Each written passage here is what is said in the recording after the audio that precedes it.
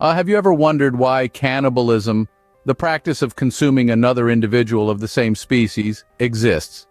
It's a topic that might make your stomach turn, but it's also one that's steeped in history and shrouded in mystery. Let's start at the very beginning. The earliest known instances of cannibalism date back to prehistoric times, with evidence found in caves and on bones. Archaeologists have unearthed human bones that bear marks of being deliberately broken and scraped, suggesting that the marrow within was extracted and consumed. These remnants of our ancient ancestors provide a stark window into a time when survival was paramount, and the line between predator and prey blurred. Anthropologists have proposed various theories on why cannibalism might have existed in these early societies. One such theory posits survival as the primary driver. In the harsh, unforgiving environments of the prehistoric world, food was scarce and life was uncertain. To our distant ancestors, cannibalism may have been a last resort, a grim choice between life and death.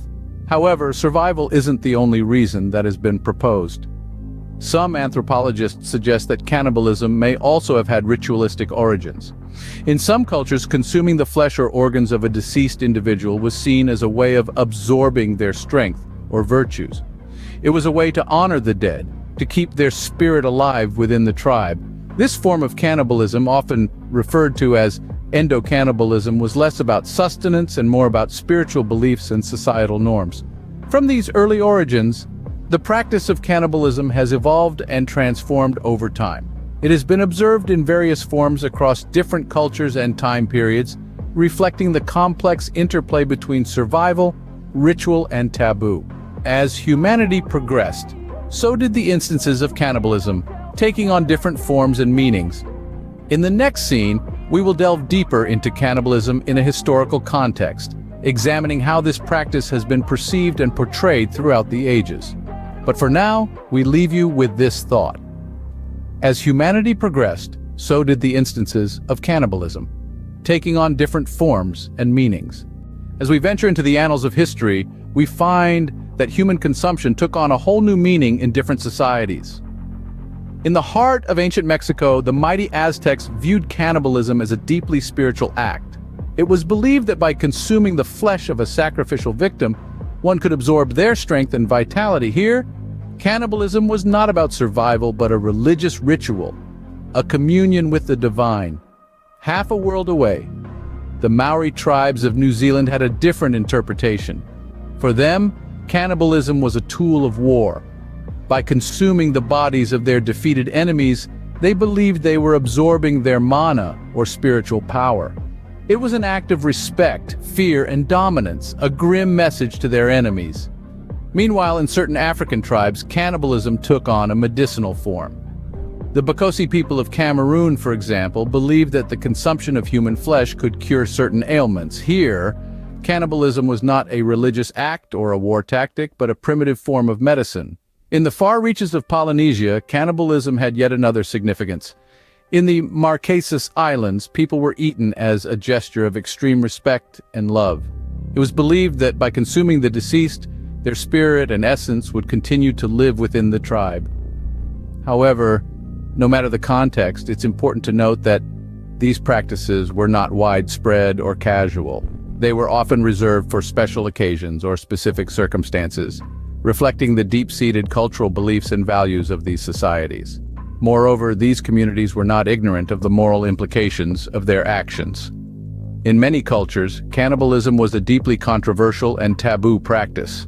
It was shrouded in fear, mystery, and intrigue, a chilling reminder of the lengths humans could go to in their quest for power, survival, or spiritual communion. Even in these historical societies, however, cannibalism was often a taboo, a practice shrouded in fear, mystery, and intrigue. So, you might think cannibalism is a thing of the past, but you would be wrong.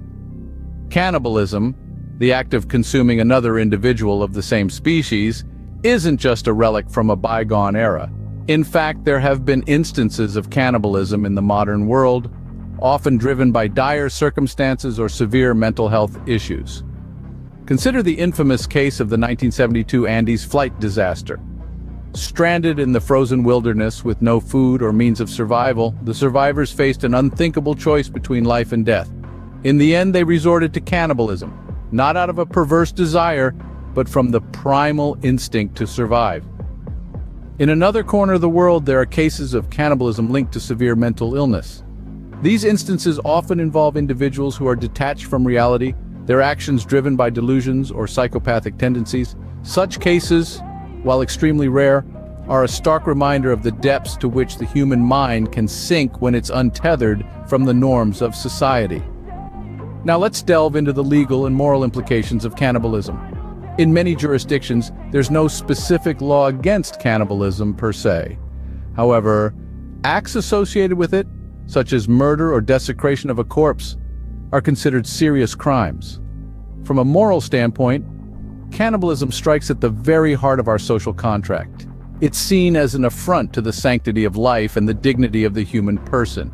Yet, the continued existence of cannibalism raises uncomfortable questions about our society. Why does this practice persist, despite being universally condemned? What does it say about the human capacity for cruelty and desperation? These are difficult questions with no easy answers. Cannibalism, despite being universally frowned upon, continues to exist in the darker corners of our society, a chilling testament to the extremes human behavior can reach. It's a stark reminder of the thin line that separates civilization from savagery, a line we must strive to uphold for the sake of our shared humanity. From survival tactic to religious rite, from warfare strategy to a result of extreme desperation, cannibalism has worn many masks throughout history. In this journey, we've traced the origins of cannibalism, unearthing its presence in prehistoric times as both a survival strategy and a religious practice. We've navigated through history, discovering its use as a warfare tactic in various cultures and societies. But we didn't stop there. We ventured into the modern era, revealing the shocking truth that despite the evolution of civilization and societal norms, cannibalism still lurks in the shadows. Instances of cannibalism today often stem from extreme desperation or severe mental illness, a stark contrast to its historical and prehistoric roots. The complexity of cannibalism, its reasons and its manifestations, paint a haunting portrait of humanity's capacity for survival and the depths it can sink to when pushed to the edge. Cannibalism, a chilling and taboo aspect of human behavior, serves as a stark reminder of the complex and sometimes dark nature of our species.